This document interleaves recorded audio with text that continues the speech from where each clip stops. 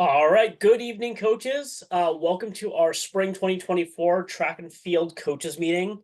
We're going to go over some admin stuff tonight, talk about some of the paperwork stuff, which most of you know if you're reoccurring coaches. But then we'll get into some of the track and field specific stuff, mostly just reminders so we can make sure we've reminded you guys, floated it out there. I'm sure district reps in your meetings have also floated them because we did send them those notes early in January-ish. But then we'll also take questions if you guys have questions. So as usual with Zoom, if you have questions as we move along, feel free to put them in chat. And then additionally, if you want to raise your hand, go ahead and do so. So just so you know, there is a really, really good unified sports training for veteran coaches. If you haven't taken it before, it's probably still worth it. You'll probably learn at least one or two things. I go back and rewatch it probably every 2-3 years, just to see if they update anything, make sure. And I always get reminded of stuff that I forget about that are good little coaching tips for coaching unified sports specifically. You can find it on NFHS's sport website. If you go on, look up unified sports, it'll come up right away. It's probably about a 50 to an hour and 10-minute video training. Really good. Walkersville High School is in it, which is very cool. So go check that out when you have a chance. Additionally, the more people that do that, we also get credit for it and recognized by the national status for Special Olympics International and so on and so forth. Then they also factor that into funding, so on and so forth. Again, optional training, but it's a really good training. We want you guys to make sure that you are denoting and letting us know who captains are. Again, we want all of your teams to have unified captains, an athlete, and a unified partner, especially for track teams. If you have a larger track team, don't be afraid to have multiple team captains. Make sure they're handling your warm-ups. Make sure they're leading your team when you have to handle things as a coach. Really good leadership opportunity for your student athletes. Reminder on sportsmanship. We want you guys to have good sportsmanship and show good sportsmanship, every time you step on the field to play as a coach so that your student athletes have it. Whatever type of tone you're going to set, your athletes are going to follow. I know at times things can get busy and frustrating, but again, try to do your best to set a good tone as your coaches. It trickles down from you guys, and your student athletes definitely follow your steps. Additionally, if you have not touched base or met our sports share before, Meredith Tarkenton, she took over last year. She now does flag football in the fall for us, strength and conditioning in the winter, and track and field in the fall. Last year was her first year at track and field, so she's got a lot of experience now. So she's really excited to join us for the season. And she'll be coming back, and district reps will get a lot of stuff from her. So you'll see that emails coming from district reps will have her name on it. Additionally, if you haven't been around for one of our prior seasons, we did add Tyler Harrell, who is our manager for high school unified sports. Tyler is going to continuously take on more and more of the district level support so that I can take on more of the state level stuff, making our state tournaments better, getting more school systems involved, so on and so forth. And then lastly, that's me and my adventure cat, Oogie. If you need anything from me, let me know. Again, process we like you guys to go through. If you have questions, is step one, ask your district rep or your athletic director if you have questions about stuff. Then step two, have them / you get in touch with us if you need something as well. We're more than happy to connect with you. Again, we just want to keep that order of operations as clean as possible for communication. Let's talk admin stuff. I'm going to try to go through here as quick as possible. Again, a lot of you guys as coaches are returning coaches, so I don't need to tell you this stuff over and over again. It's all information that you have seen at some point, especially if you've been around at least this year. The first thing, which it is already fully updated to the best of our ability, so 315, we met our mark. You can use this link to go to our track and field website. It has the coach resource book.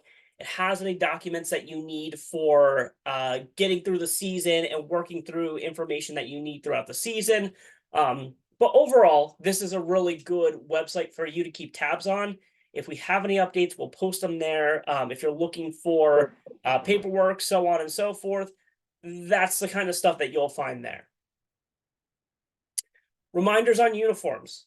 The only real big things that we hit on for uniforms are that your tops have to have your school slash team name, whichever your school is chosen, and then that unified sports pill. Again, it'll either go on the chest, it can go on the sleeve, it can go on the back of the neck, whichever you want to choose. Essentially, this went into place 2013, 2014-ish. Most schools are in compliance. I don't think we've had really any issues. But getting just a reminder on the tops for the uniforms. If you need new uniforms, if your uniforms are really in bad shape, reach out to your athletic directors. Check with them first, check what the budget situation is. If for some reason you have 3 or 4 more years until you're in the loop for new uniforms in the rotation, reach out to your district rep, then we'll see what we can do for you. But again, this is the main deal with uniforms. We need just you guys to follow the branding aspect more than anything. Actually, let me go back 1 second. When it comes to track and field, there's no pressure for programs to have specifically track and field tops, right? A lot of the time for track and fields, they're thin cut tank tops, better for long distance running, doesn't hold in heat, so on and so forth. I get that some student athletes aren't comfortable wearing those. It's not their preferred style. T-shirt, tank top that's got wider straps on it. Those are all fine. We're not worried about what type of top you wear, as long as it's helping your athletes be comfortable. Just needs to have your team name slash school on it and that unified sports logo. When it comes to the bottoms, this is the only other thing outside of sneakers that we kind of really care about is we want your student athletes wearing as uniformed bottoms as possible. If you have red and black uniforms and you determine that you want your student athletes wearing red shorts for competition, they can wear different branded red shorts. One kid can have Under Armour, one kid can have, whatever the Walmart brand is, one kid can have the Target brand. We don't care about the brand stuff. We just care that you say, guys, we're wearing red shorts. Everyone wear red shorts. And they don't have any crazy logos on them. Again, no leggings transparent above the knee unless they're covered by shorts. They have to be one color, all that kind of stuff. If you choose to wear sweats, God bless you, you can do that. Our biggest thing for the bottoms for uniforms is just reminders. Decide what your team's going to wear if you don't have uniforms that have bottoms from your athletic director. And just tell them we're all wearing red shorts. Even, I recommend going out and grabbing one of each size of red generic shorts from Walmart if you can swing it in your own budget. And then essentially just put them in a bag or something to bring them with you to the tournament. There's like 99.9% of the time that at least one kid shows up in jeans, right? Their parents don't get the memo that they're coming for unified sports on a competition day. They put them in jeans because that's what they typically wear on a given day. They show up and they're not compliant and they can't participate if they're in jeans. Grab a couple pair of red shorts if that's your bottom. Make that investment. It's a lot easier for your student athletes to change with the shorts on site than have to try to call a parent, try to get them delivered, blah, blah, blah, blah, blah. Last thing before we go into kind of the penalty aspect of improper uniforms is make sure your student athletes, whether it's, track and field's a little bit easier. You have to wear running shoes. Like there's no way around it, right? It's a little bit different for bocce where it's not as a physically taxing sport. Make sure they're wearing running shoes. The only time we will bless something that is not a running shoe or a sneaker is essentially if it's a religious footwear thing, a physical footwear thing because they can't wear a regular sneaker, so on and so forth. Essentially, the sneakers, the only reason we will fight you on that is it's a safety thing. We're not worried about who's wearing the best sneakers or whatever. We just want them to be safe. We will even let slide anything that's like just under the ankle or up. We really don't recommend for track and field if somebody shows up in like Vans, right? Especially the slip-on ones. We want something to protect their ankles. They're going to be running. They're going to be running hard.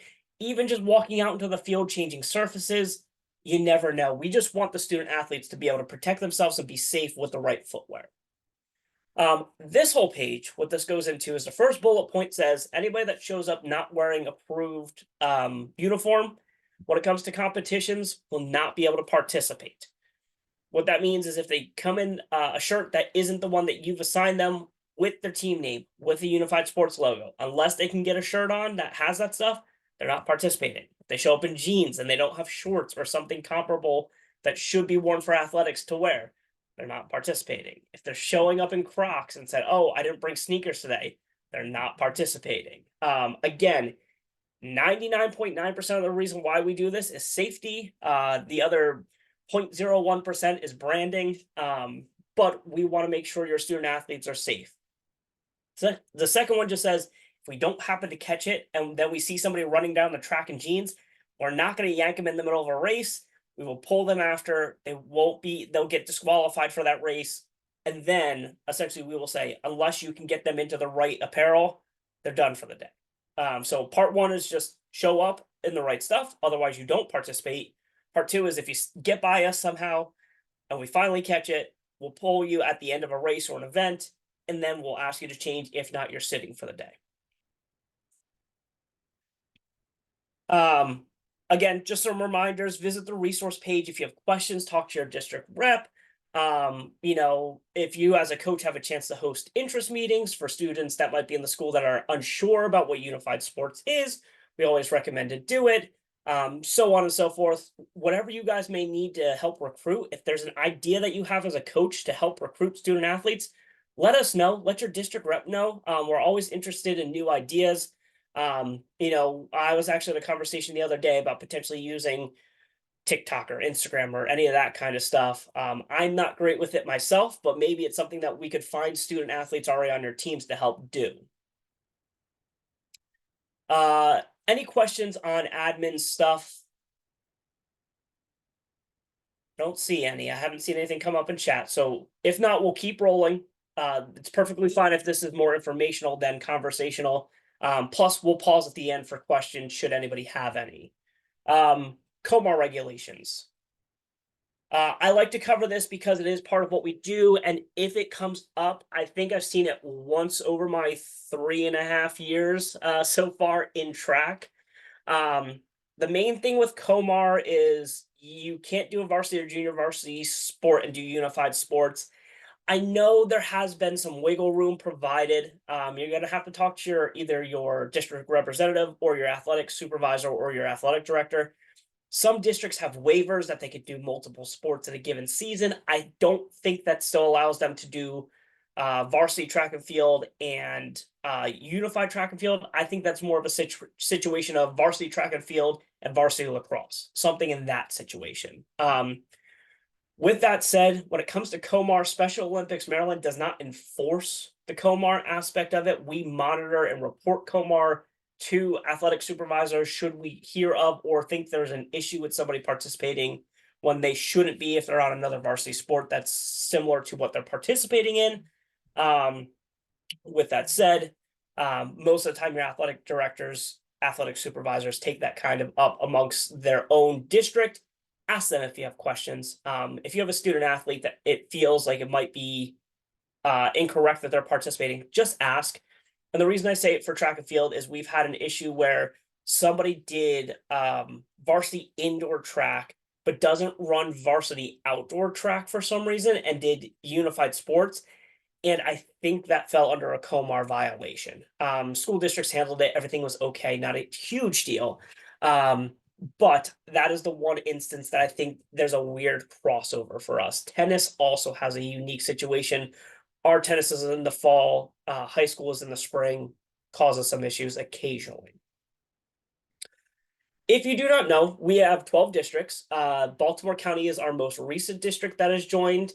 And for the most part, when it comes to track and field, our participating counties are Garrett, Allegheny, who make up District 1, Washington County, which makes up District 2, Frederick County, which is 3, Prince George's County, which is 6, Charles County, which is part of 8, and that is it. That is it for track and field as of right now. For the most part, the rest of the state does outdoor bocce. Again, a lot of your programs do indoor bocce during the season prior. So then you transition to track. They go and they do outdoor bocce because they did something else. Again, quick pause for questions on Comar stuff. I haven't seen any. We're going to keep going. Fantastic. Again, if you have questions, feel free to raise your hand, throw it in the chat. More than happy to stop and answer things that are relevant to the topic. Again, we will do Q&A at the end. Let's talk forms and registration. We're going to blow through this section because it is stuff that you guys have seen a lot if you are returning coaches. Again, we need all of your student athletes who are going to be participating, all of your coaches, any of your paraprofessionals. We need anyone that's a team manager. We need an AD who's super duper active with your team. When you list anybody that's participating on your team, they need to be on that first team delegation roster. Essentially, that lets us register everyone for the season and get them in our GMS system, which then allows us to register them for their events, for track and field, so on and so forth. It's step one, but we need everybody on there that touches base with your team. If you have somebody that helps out with your team that comes state tournament time, doesn't need to be on the field of play, doesn't need to escort them on the field for field events, doesn't need to walk with them to where we do staging and so on and so forth for track and field events, you don't have to put them on that roster. They won't get a credential. We can potentially provide a lunch for them. But for the most part, they're considered a spectator, day of volunteer at best. So again, anybody that is working with your team, make sure they're on that team declaration roster. This is the main participation form. If your students participated in either our fall or winter season and already turned this in, they do not need it. If they have not participated in unified sports this year, you need to collect this before the track and field season and get it to your district representative. Each student athlete that participates needs one of these forms. COVID waiver, not really new anymore, but we left the new tag on it.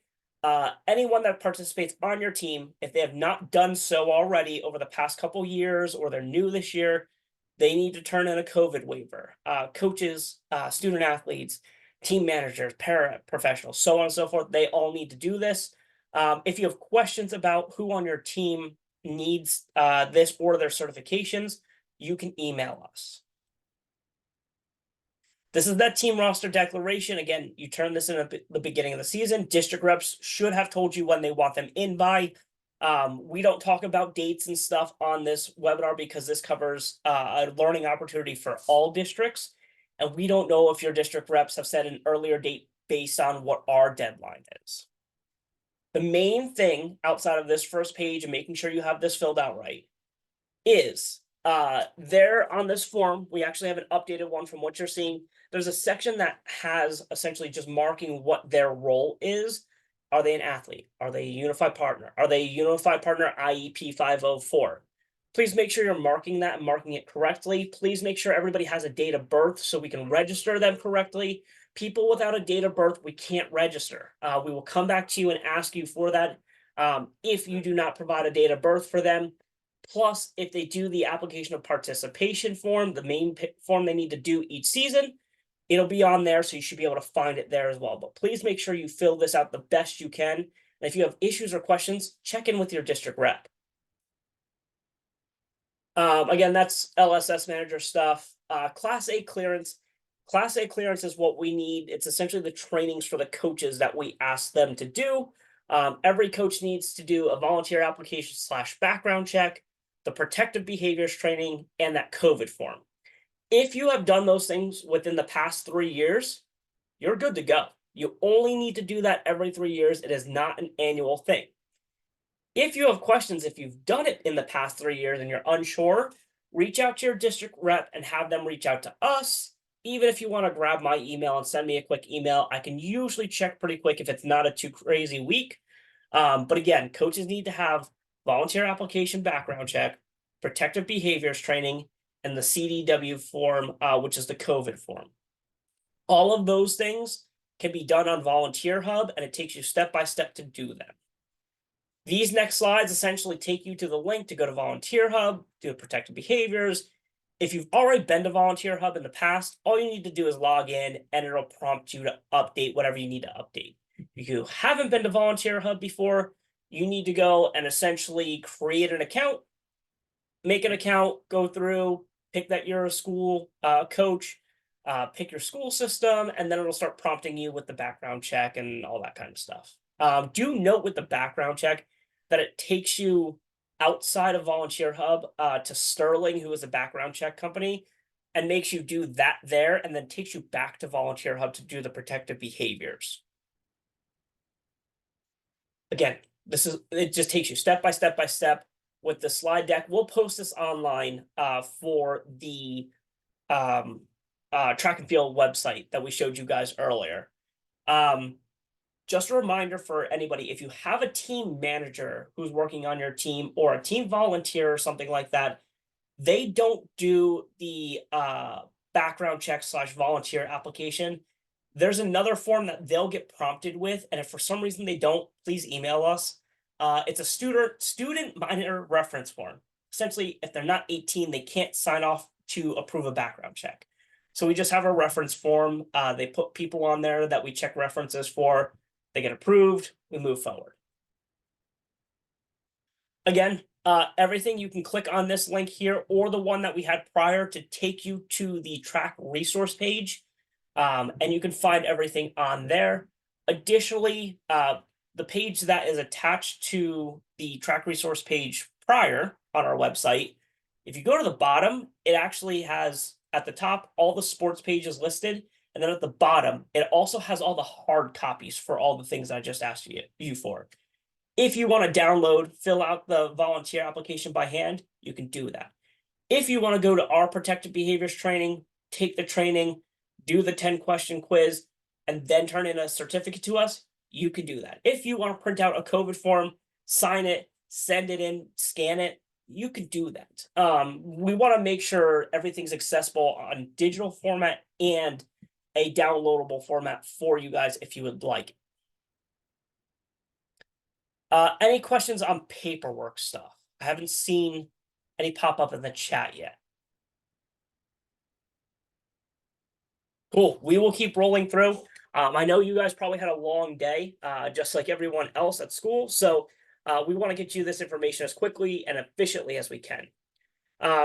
Reminder on roster proportionality. Track and field is the one sport where your roster can essentially be anything that's like 18 or over, even up to, I think the lowest number that we can have is 11.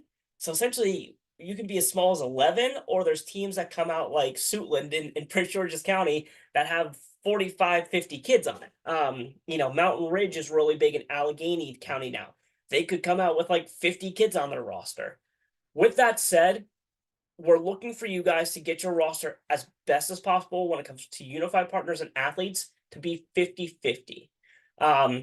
What we have set the minimum line is that you can do a 70-30 split at minimum. So that could be 70% athletes, 30% unified partners. It could be 70% unified partners, 30% athletes. We know each school has a different composition of individuals who attend school there. So it's not always possible to be 50-50. Again, I accidentally said 11 before. 12 athletes is the minimum. Student athletes, you have to get to 12. And then you can be eligible for competition. If for some reason you can't get 12 student athletes, you could still participate up to the district level. You're just not eligible for the state tournament at that point. So we know there's some small schools out there. One of the schools that comes to mind is like Hancock is in a very rural area. Some of the Garrett County schools are in a more rural area. Cecil County, some of our friends in the southern part of the state. Again, if you don't hit that 12 number threshold, don't punt on having a unified track and field team. Participate up to the district and then give those student athletes a good experience and have them help you recruit more the next year. I think that is a really good method for success there. Again, if for some reason you cannot meet that 70-30 rule, we essentially look at your rosters and go, this isn't right. We'll essentially go to your district rep, say, hey, is there something wrong with this? They'll check it. No, that's right because of X, Y, or Z. And then essentially we go to all the district reps in our sports chair after that and say, hey, this team has more than the minimum number of student athletes. They tried their best to get in the 70-30 window. Will you guys bless them to compete, at the state tournament? And then everybody kind of votes. I will say in past years when we've had that come up, I don't think district reps have ever voted to say no on that they can't compete. With that said, they have the right to, but for the most part, they want your student athletes to participate and compete. But again, we just need you to do your best to be 50-50 or at least 70-30. Just a reminder on how scoring works for the district tournaments. For the most part, all do it this way. And then our state tournament definitely does it this way. It's team scoring for track. So essentially what that means is your team is put into a team division based on how big your roster is. We try to get teams, if there's 3 teams of 12, we will put 3 teams of 12. There gets to be a little bit more of an issue as you get to the higher end where you have a team of 45, 36, 52, and 37. And then we use essentially a weighted handicap based off of whatever the largest team size is for point scoring. But essentially how it goes is every race or throwing event or relay that your student athletes are in, when you come in first, your team is awarded 5 points. When you come in second, you get 3 points. When you come in third, you get 1 point, and then everything after that does not receive a point. We tally up all your points throughout the day for every race that you've earned points for, take that score, and then we figure out who wins the division based on most points. With that said, with the weighted score, that changes things sometimes. Again, if you have one team of 24 and then 2 teams of 12 in that division, each one of those teams that are 12, for every 1 point they earn, they're getting 2 points because they're half the size of that 24-person team. That 24-person team, for every point they earn, they get 1 point. So in theory, if the top team gets the most placement finishes and the most points, the ×2 modifier, because the differential in the roster size, could make one of the other teams hop over into first place because of they earned a lot of points, plus the bonus modifier because of the size. We try to keep that bonus modifier as small as possible. We're talking usually the modifier is like 1.1, 1.2, 1.3. So it's usually not a big deal, but that's how the scoring goes and the weighted scoring goes. If you still have confusion with that and want a better explanation, we could always send out a smaller webinar where I pull up the PowerPoint from last year and go through with some more visual examples of how the point breakdown works. But essentially, that's how it works. Our events that we are offering this year have not changed from last year. The 2 newest events that we have been offering that we started last year are the 50-meter wheelchair slalom and the softball throw. Anybody that has a participant that is in a wheelchair, whether that is motorized or non-motorized, we have separate divisions for that. We want them doing the 50-meter wheelchair slalom. Putting somebody, especially in a motorized wheelchair, in a 100-meter race is not a good experience for them to test their skills. It's a good experience to test how fast their motorized wheelchair is. The slalom tests their skill that they can maneuver their wheelchair with skill through the course to the finish line in a given time. And then additionally, softball throw was added because shot put, it's a tough event. Shot put is something that you need to do with the right technique and the right skill set. And if you can't do it that way, you're prone to getting hurt. And we don't want people forcing student athletes into shot put because it's the best option. Softball throw, lighter object, they can throw it a little bit differently. We'll talk on the specifics of that once we hit the next couple slides. Just a reminder, participants can only enter 1 track event and 1 field event. They can also be selected to be on 1 relay team. So in theory, an individual on your team can be up to 3 events. They don't have to enter 3 events. If they just like running the track, they can run the track. They don't have to do a field event. That is up to you guys as coaches. Let's talk softball throw really quick. Pretty much similar procedures as shot put in the sense that when you come up to the shot put pit. You come up, you can't cross the toe board for throwing the softball, and you throw the softball within the vector just like shot put. With softball throw, though, any type of throw is acceptable. Overhand, underhand, so on and so forth. Um, with that said, I recommend if you have student athletes that you have a vision within their 4 years, 5 years, 6 years, however long they're with you, that you have a vision that they could progress to shot put, start working with them to deliver the softball like a shot put. Build up that skill set, build up the technique so that when they do the shot put and you add the extra weight, it's not as hard, it's not as scary. Additionally, 20 meters is the maximum threshold for a participant in this event. Anyone that throws 20 meters or more, that has to go up to shot put or change to a different field event. My greatest recommendation, because we let people make this choice last year, and some of them decided to stick with softball throw and regretted it at the end.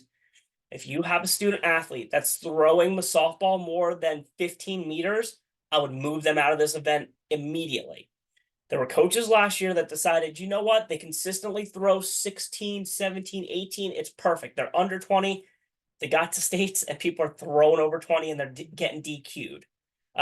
Again, it's one of those things where it's better safe than sorry. You don't want to put your student athlete in a position to get themselves DQ'd and have a bad experience. If they're throwing that softball 15 meters, work with them to throw the shot put the right way. Put the shot put, don't throw the shot put. Them putting the shot put half a meter is better than them just whipping a softball 15 plus meters all the time, in our opinion. Again, the maximum threshold for this event is 20 meters. We will leave it up to you as coaches. If you have student athletes that are throwing close to 20 meters, if you want to leave them in it. But again, the second they go over 20 meters in competition, that throw gets DQ'd. And again, they're going to just get DQ'd out of the event, and it's not going to be a good experience. Question, Zach. Yes. Is it okay for me to ask a question right now? Absolutely. First of all, how are you doing? Good to see you. I'm good, Coach Smith. How are you? Good. I'm sorry I'm driving home, but I just wanted to make sure I was listening in. With regards Absolutely. to that softball, we're not. So if they are in the event, the softball event, they are throwing the softball, correct? Correct. Again, Okay. they can throw it any way they want, overhand, underhand, Oh, sidearm, okay. whatever they want to do, as long Just as not over they don't 15 meters. cross as long as they don't cross the toe board, it stays in the vector and doesn't go over 20 meters, they can deliver it however they want. Okay, but we should just be training them to use the shot put. Okay, I just wanted to make sure. I wasn't sure if you were saying that we should be if we should be putting the softball with the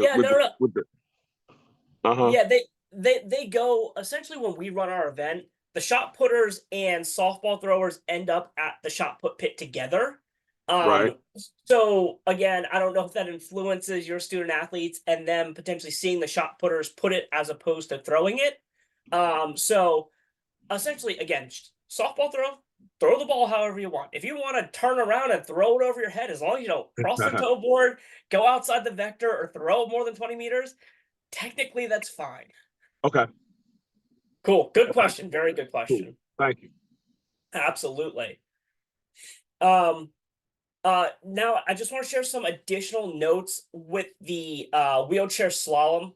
Essentially, it's something that unless you have a wheelchair participating athlete, you're not gonna see or experience a whole lot. We have it more in our community program because we have a lot of the same athletes that come back year after year after year to our track and field programs. And essentially they're 21 plus and they do it from 21 to 81. So it's, they have a longer roadmap with us in our community programs. Essentially, it's set up at the 100-meter start line. Student athletes in wheelchairs get 2 lanes to go in and out of the cones, and the cones are all 5 meters apart. And it goes for 50 meters. When they start and they're at the line, they'll go to the right of the first cone and then the left of the second cone, and then they just weave back and forth for the entire thing. If they knock down a cone, it's a 3-second penalty. And then again, it's the same deal. They place fastest to slowest, just like any other track event. If you have any wheelchair athletes, we want them doing this. Additionally, if you have wheelchair athletes and we want them doing this and you're confused, reach out to us. I'm more than happy to travel out to a track and field practice and do this with you guys. Because it has some additional setup with the cones and stuff. It's something unique compared to your traditional events that you're offering your student athletes. We're willing to come out and help. And again, I'm more than happy to come out and help set this up and work with you guys on it if you have a student that's doing it. One additional note for this is likely if you have a student athlete, there may be one, maybe two student athletes per district that are wheelchair athletes that'll be doing this. That's totally normal. Just think about how population size works and how often somebody has a wheelchair disability.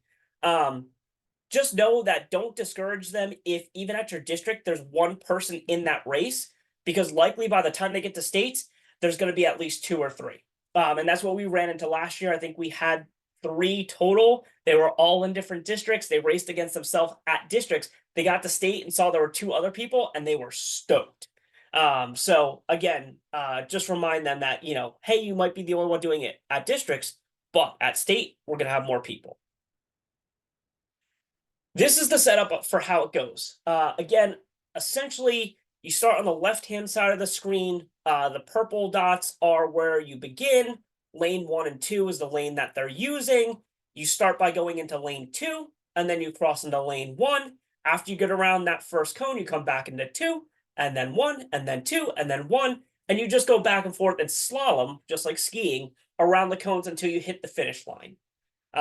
Again, it's simple in theory. I got out to the track last year and set this up for the first time and probably spent 20 minutes trying to set it up being like, this doesn't look right. So again, if you guys need help facilitating this, let us know. Reach out, send us an email. I'm more than happy to come out. I'm going to teach Tyler how to do this. Mike Sarnowski, who's our VP of Sport, is a very avid track and field person. If he has time, he's willing to come out. And we have management team members that help us run our events. They're happy to come out and help as well. So because it's a little bit different, don't be scared to facilitate it. Ask questions, ask for help. We'll help you guys out. We want to see our athletes in wheelchairs get a good experience. Same reminders that we have on our webinars for exchange zones. Essentially, I think it was US Track and Field / NFHS a couple years ago extended the exchange zone is what it came down to. So at Prince George's Sports and Learning Complex, where we have states, all of their exchange zones are painted and very easy to see. But just know that if you have an older track that has a 20-meter exchange zone, we allow for the 30-meter exchange zone. You can pull it up. It's in our rule book and such. This diagram that I have on the screen right now, essentially, if you go into the rule book, there's a bigger version of it. All you need to know is that we use a 30-meter long exchange zone. I think for the most part, most of our student athletes that are in relays, most coaches teach them stand in the middle, and when they hand you the baton, then go. I don't know if a ton of our teams are doing running exchange zone type of starts. That's where that comes into play more than anything else. The only time that changes is if you are doing a relay that's over 200 meters long, so that's 4x4 and up.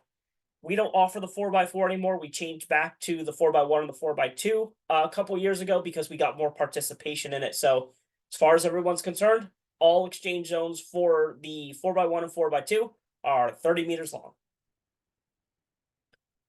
I have had questions, and this feels like I get 1 or 2 questions a year when it comes to long jump about the toe board. The main thing about long jump is always just know that we use a 1-meter toe board. So you have to jump before the front side of that white strip into the pit. And again, the start of the toe board goes from where the pit starts, 1 meter back, and then usually they put that jumping strip. If your track does not have a 1-meter jumping strip, go out there before practice and just make sure you measure off a meter coming back from the pit up the runway and mark it with a piece of chalk. Just put a chalk line. That's perfectly fine. Typically for us, we have the toe board we have a chalk line, and we put a cone there. So people have a visual. But again, folks have asked over the years, what's the deal with the toe board? It's 1 meter starting at the pit, going 1 meter up the runway. One note, occasionally we have athletes that can't run the 100-meter by themselves, that don't have the arm power or dexterity, especially if they're in a wheelchair, to do a field event by themselves, or they need some sort of assistance or assisted device. The way we're essentially approaching this year is there's 2 options for individuals that need extra help, especially if it's not somebody that's a blind runner. We have support systems in place for blind runners. There's no issues with that. If it's someone that's a non-blind, non-visually impaired runner, if it's that they need help with either a running event or they need help with a field event, 2 options. One, we can just put them into an event. They'll participate, but they won't be eligible for points, because we don't want to go back to a system pre-Unified Sports 2013, 2014, where we're holding hands running down the track and stuff like that. We want to make sure it's a highly competitive event that fits the needs of our student athletes, but we know that sometimes our student athletes need help. 2, the other option is essentially they get divisioned into the closest division based on their ability, and we get a written request from your district rep saying, hey, I have an athlete that needs help running on the track. If she doesn't have a helper, she can't even run the 100-meter. We can't even get her to start. We can't even get her to do this or that. In that situation, have your district rep write a note. We'll take it into account, and for the most part, we'll probably approve the majority of them. But really, don't make sure you're not taking advantage of it. We want to make sure we're putting in opportunities like this to support student athletes that need the additional help. A good example is there's a young lady in a wheelchair in Allegheny County, not a motorized wheelchair. Even if it was a motorized wheelchair, I don't know if she could maneuver it herself. She will need an aide to do the event with her. So they'll either turn in a written note from their district rep. It can be an email. That's fine as well too. That says, hey, this individual needs help in this event. We would like an exception written for her to be able to participate in this event with the help, knowing that there's no way she could ever do it herself. Or if not, they'll say, you know what, we're not worried about that. We just want to get her out there. We'll put her in a division. We're not worried about her scoring points. We just want her to have fun. Those are essentially the 2 options. We just want to make sure that we have everything as on par with an MPSSAA quality event competition-wise as possible. But we want to make sure that your student athletes that need additional assistance, we have some sort of system built in that they can get that assistance and still participate. Additionally, we continue to work on this on a state level to find a good system. We've had a bunch of different recommendations, and for the most part, we go into each summer, we have a debrief for district reps, and we talk about a lot of these things. So this end of this school year, we'll meet with the district reps. We'll talk about assistance when it comes to participation, whether it's their own division, whether it's adaptive devices, so on and so forth. We want to just make sure we're servicing your student athletes the best we can so they get a good experience. Essentially, just so you know, our sports chair checks in with your district reps once a week. Essentially, they either do a quick call, a bunch of text messages, an email chain, whatever it may be, whatever works for your district rep and our sports chair. If you have something that's a question that you're not sure of, bring it up to your district rep. If your district rep doesn't know, say, hey, when you meet with the sports chair this week, can you ask them this question? And we'll get an answer for you guys. So just to reassure you guys that we're continuously communicating with your district reps, we essentially check in at least once a week. Some district reps have a specific meeting once a week set up with me and Tyler, all sorts of stuff. We're trying to communicate as much throughout the season. And again, we just want you guys to do the best you can. Communicate actively, communicate early. The earlier we know you have an issue or a question, the earlier we can answer it for you. With that said, I am done blathering on about track and field, and if anybody has questions, I will take additional questions now, especially if it's something that we didn't cover. I think I'm pretty good. Cool. All right, Coach Smith. I don't see anything else in the chat. other than that, I ain't gonna keep us here to keep us here. I appreciate you being here. I appreciate everything that all the coaches do throughout the season. I know, especially once we get to that spring season, we're almost at the end of the school year. Everyone's excited. Everyone's also kind of tired. So I get it. If you guys need anything, you all let me know, and I'm more than happy to help you guys in any way that I can.